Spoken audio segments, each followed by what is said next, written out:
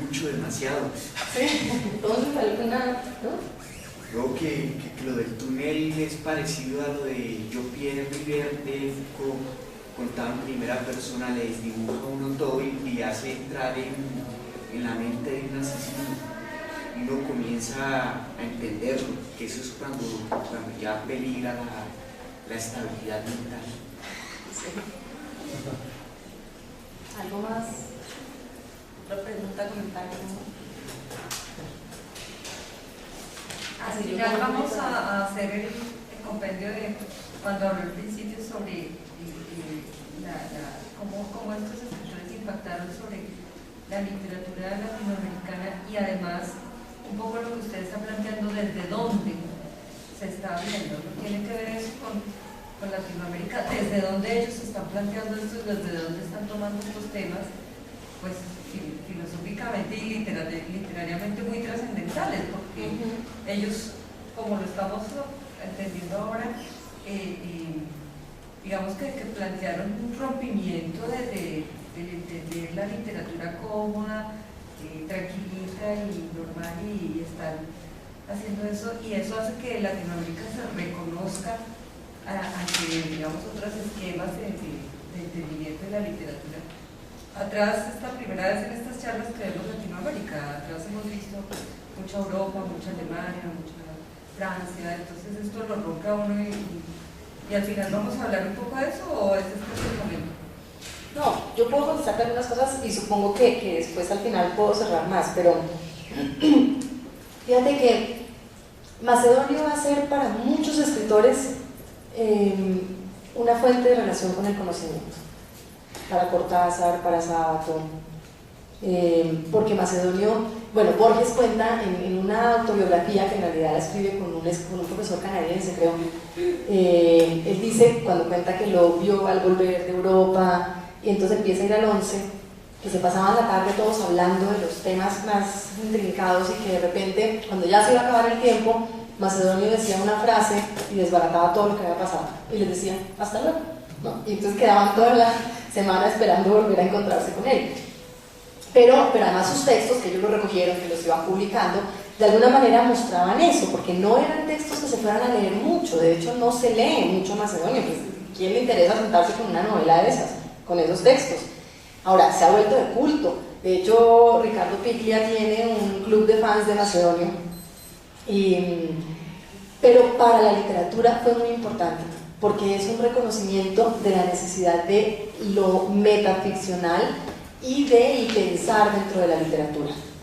Si nosotros miramos cómo se concibe la literatura latinoamericana, se la ha concebido siempre, además en ese sistema geopolítico de quién piensa y quién ficcionaliza, pues desde yo, por ejemplo, que estudié en una universidad gringa, la manera de concebir eso es Latinoamérica hace ficciones y Europa y Norteamérica piensan, ¿no? Lo que a mí me interesaba cuando estaba haciendo ese trabajo era decir, ah, sí, Latinoamérica hace ficciones, pero resulta que en las ficciones no solo piensa, sino que además les pensó mucho de lo que después iban a volver posmodernidad. Porque eso se los había dicho ahorita, pero a mí una cosa que me impactó mucho fue cuando, pues en algún momento con una cosa cándida y esperanzada en los años 90, que hice una tesis de pregrado sobre la posmodernidad, sobre Alba Lucía Ángel y la posmodernidad, que de la cual hoy me da mucha risa porque por supuesto la posmodernidad no servía para transformar casi nada, pero después de, cuando estaba leyendo eso y luego seguí estudiando el tema porque ya me empecé a volver crítica del tema de esa esperanza posmoderna y entonces empecé a trabajarlo de otra manera, me sorprendió que la mayoría de los textos que estaba leyendo arrancaban con algo de Borges. Entonces el simulacro de Baudrillard, está Foucault y hay un montón que ahorita no me voy a poner a enumerar, arrancan con un texto de Borges. Entonces yo dije, ¿cómo así? Echemos para atrás a ver qué significa que sea un texto de Borges el que produce eso. Y lo que a mí me pareció después, y como empecé a buscar ahí en esa idea de cómo es que el conocimiento se presenta en la literatura, es que lo que en los años 80, 70, 80, 90 se teoriza como posmoderno, la literatura latinoamericana lo tenía desde el principio del siglo. Los textos de los que están tomando esos autores en Borges son textos algunos de los años 40, de los años 50. Y creo que pues, parte de la hipótesis de lo que yo trabajo aquí es que nosotros tenemos una relación con la modernidad de absoluto fracaso, digamos, de fracaso permanente. Entramos a ella de una manera un poco obligada, pero nuestra entrada es fracasada todo el tiempo. De hecho, los autores que están a principios del siglo XX son los autores que están viviendo el momento del centenario, de los primeros 100 años de esas naciones, y uno de los desencantos que va a marcar la literatura de esas primeras décadas está ahí, ¿no? Va a ser clarísimo para Borges y para muchos de esos autores todas las violencias simbólicas que ha significado armar una nación, todas las violencias que hay en cómo construir la representación de qué es lo puro latinoamericano y qué no, ¿sí? Cuando en los años 40, 50 les toca, por ejemplo, Borges y Sábato, Borges en un texto que se llama El escritor argentino y la tradición, y Sábato en uno, no me acuerdo cómo se llama el ensayito, pero me parece que está en uno y el universo, donde los dos a su manera tienen que decir por qué nos están exigiendo color local, por qué nos exigen que escribamos como si perteneciéramos al mundo gaucho si nosotros somos personas que estamos en una ciudad como Buenos Aires, si somos otra cosa. Y eso nos sigue manteniendo hoy en día, después de que en los años 60 la novela latinoamericana de los 60 pareciera que por fin entendió cómo contar América Latina. Entonces las generaciones siguientes han tenido que cargar con una sombra espantosa de aquí ya se inventó cómo se cuenta esto. Entonces usted, mucho, casi que ¿para qué escribe? ¿Sí? Por supuesto iban a seguir escribiendo porque lo que se inventó allá ya no sirve para hoy. Entonces había que hacer otra cosa. Y el mismo gesto Borges, Sábato, 40, 50 aparece en los 90. Cuando salen los escritores jóvenes de ese momento a decir, es que nosotros ya no creemos en el realismo mágico, es que ya no nos interesa el boom, ya no nos interesa esa representación. En nuestras novelas, si alguien vuela, no es porque se va a ir al cielo en cuerpo y alma, sino porque está trabado. En nuestra novela, o porque está en un avión, nosotros pertenecemos a un mundo cosmopolita. Esas reafirmaciones que se hacen en los procesos de tratar de transformar la literatura. Pero un poco en ese proceso, lo que siento es, por un lado, Macedonio hace esa transformación de mostrar el pensamiento funciona, el pensamiento hace parte de la literatura. Y luego entonces, la manera en que se constituye esa posmodernidad está hecha de esas representaciones que hace Latinoamérica. Uno va y ve en los estudios de literatura en Estados Unidos, y García Márquez es considerado posmoderno la mayor parte de su obra, ¿sí? Y lo estudian de ahí como si el hecho de que nosotros tuviéramos el fracaso permanente permitiera ver algo que no se veía de otra manera, ¿sí? En el caso de Borges es interesante porque lo toman, lo citan y de alguna manera se va transformando el Borges que realmente es Borges. Hay un texto de Beatriz Sarlo donde ella le dice a Harold Bloom, un crítico norteamericano que escribió un libro que se llama El Canon Occidental, le dice, señor Harold Bloom, muchas gracias por incluir a Borges entre sus autores del canon. Realmente se lo merece Borges, dice Sarlo.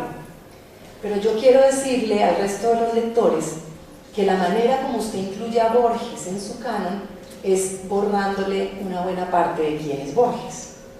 Porque para incluirlo tiene que decir, primero, que escribe sobre Europa.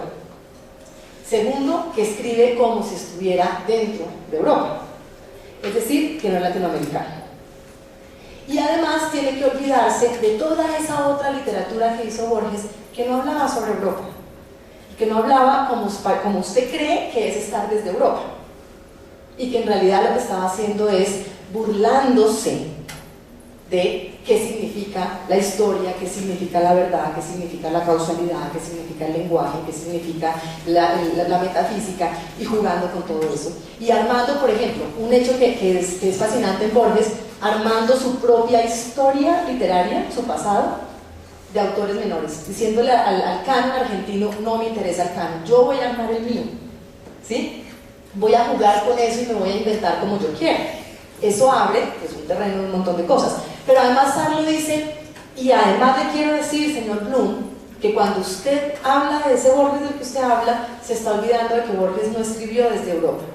Borges escribió en una orilla que se llama Argentina, que es Latinoamérica, y que por eso pudo escribir lo que escribió, porque si no, no habría sido capaz de concebirlo de esa manera en que lo estaba concibiendo.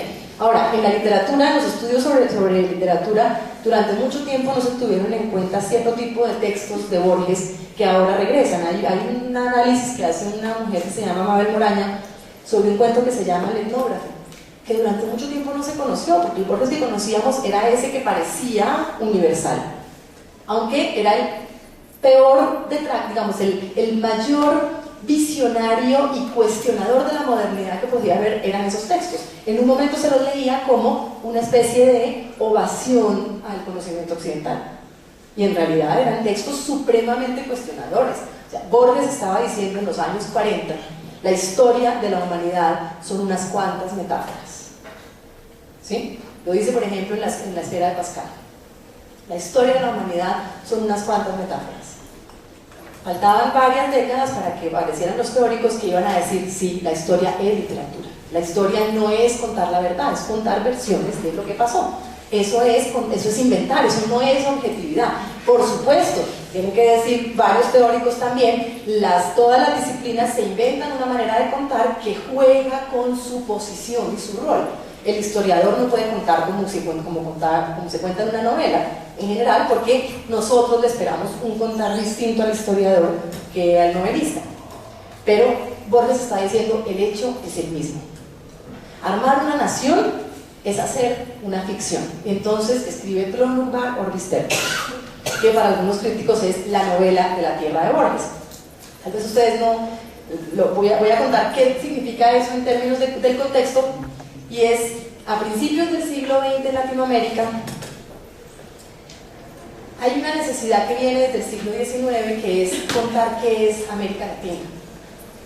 Pedro Enrique Sureña, un crítico dominicano que vivía en la Argentina, que fue maestro de Sábato, y que cuenta en algún momento en una entrevista, cuenta Sábato, que se encontraba en los trenes con Pedro Enrique Sureña, que una vez se encontró con él en un tren y venía el pobre Pedro Enrique Sureña corrigiendo trabajos de un montón de estudiantes, como nos la pasamos todos nosotros, y él le dijo, ¿y usted, profesor, para qué hace eso?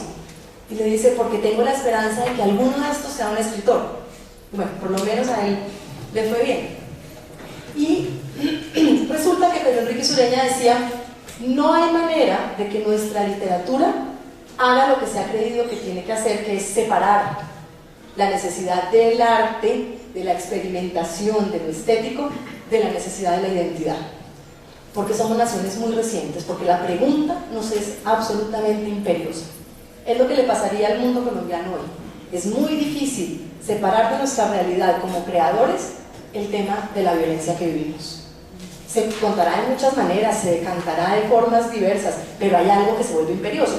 Él decía, a la literatura latinoamericana le va a ser imperioso por bastante tiempo pensarse ese problema. Entonces, y en el pensarse ese problema, es donde me parecía y donde siento que de alguna manera estos autores se van metiendo. Y entonces resulta que hay una necesidad que pasa al siglo XX en un tipo de novela que es la novela del realismo social, que es una novela que en el XIX ha servido para poner en orden quién es quién. ¿Sí? Es el tipo de novela